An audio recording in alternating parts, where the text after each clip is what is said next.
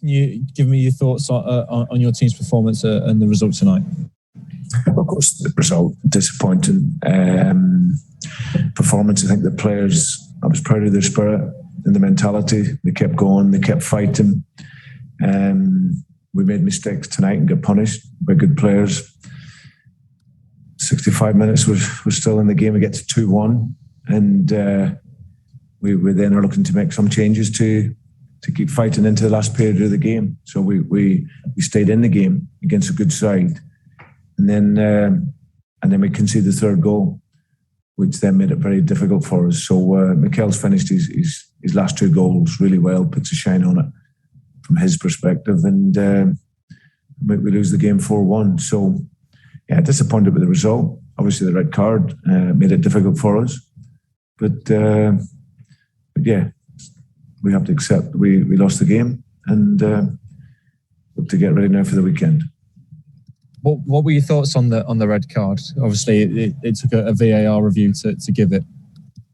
Yeah, my thoughts was it was a foul, and Ayo's honesty, he's trying to stay on his feet, but obviously he's then unbalanced. You see a lot of players they'll go over in that moment, and then there's no issue. Then he gets the foul, and we then take the ball. But he's trying to stay on his feet, and obviously then he's unbalanced because he's been clipped, and then he's stretching. And then obviously if you see it on the telly in that moment, it doesn't look so good on the replays, of course. But initially it looked like a foul. Can I just ask as well about Yannick Vestergaard? I think you said he was possibly injured in training. Is it a serious one? Is he going to be back shortly? Yeah, well, hopefully in the midweek he can get back onto the field again. Yeah, he was in training and he had nobody near him. He just overstretched and he felt his knee, soreness in his knee, and couldn't run on it. So he's had a couple of scans, doesn't show anything serious. So we're hoping that with a few days recovery he can get back out onto the field again. Okay, Rob Tanner then, please. Hi, Brendan. How you doing? Hi, Rob. Yeah. Tough night for you.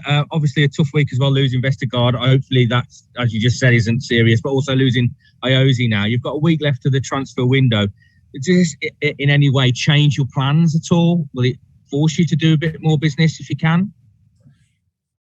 To be fair, Rob, I've always said if we could bring in, some more, we would like to do that. But no, there's nothing really on tonight. I think it's obviously Yannick's situation. We fingers crossed that he's going to be okay.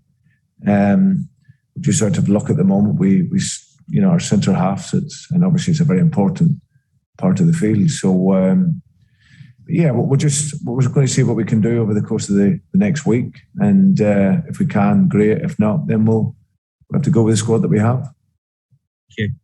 Cheers. Okay, let's go to Jeremy Langdon then, please.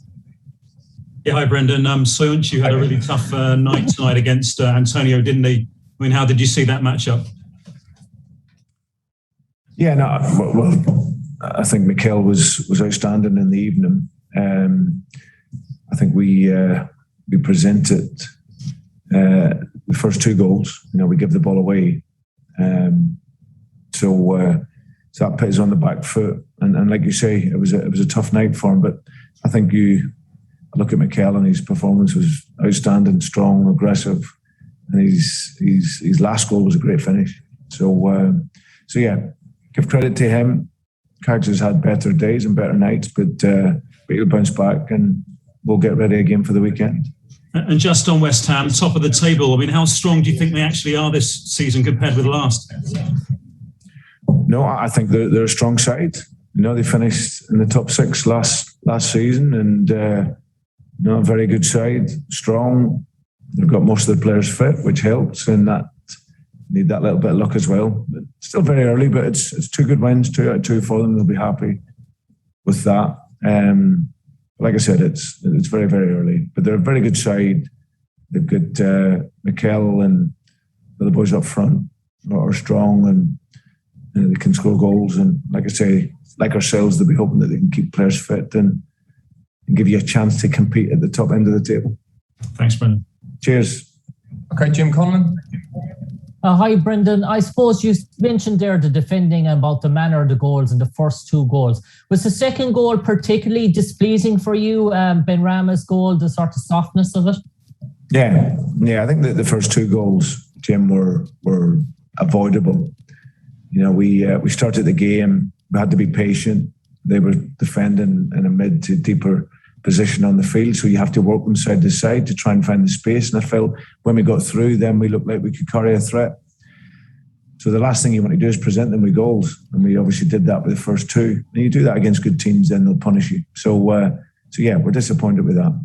I suppose, Brendan, it's awful difficult to chase a game down a man in particular in terms of your options, in terms of maybe bringing on Inacho to partner Vardy when you're short a man in terms of wide position, especially West Ham and their ability on the counter-attack as well. Yeah, I think our idea was to stay in the game. We get to 2-1 going into the sort of final half hour of the game. So we look to try and stay solid, and then the goal gives us momentum. But we then, as we're about to then make the subs to have that final go at getting something from the game, we concede the third.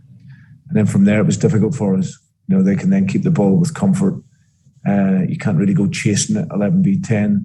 And they were able to keep the ball. And obviously then the 4th goal at the end finishes it off well for them. So yeah, just things went against us this evening. We know we can be better. And we will be. Cheers, Brendan. Thanks, Jim. Okay, thank you, everybody. Cheers, guys. Thank you.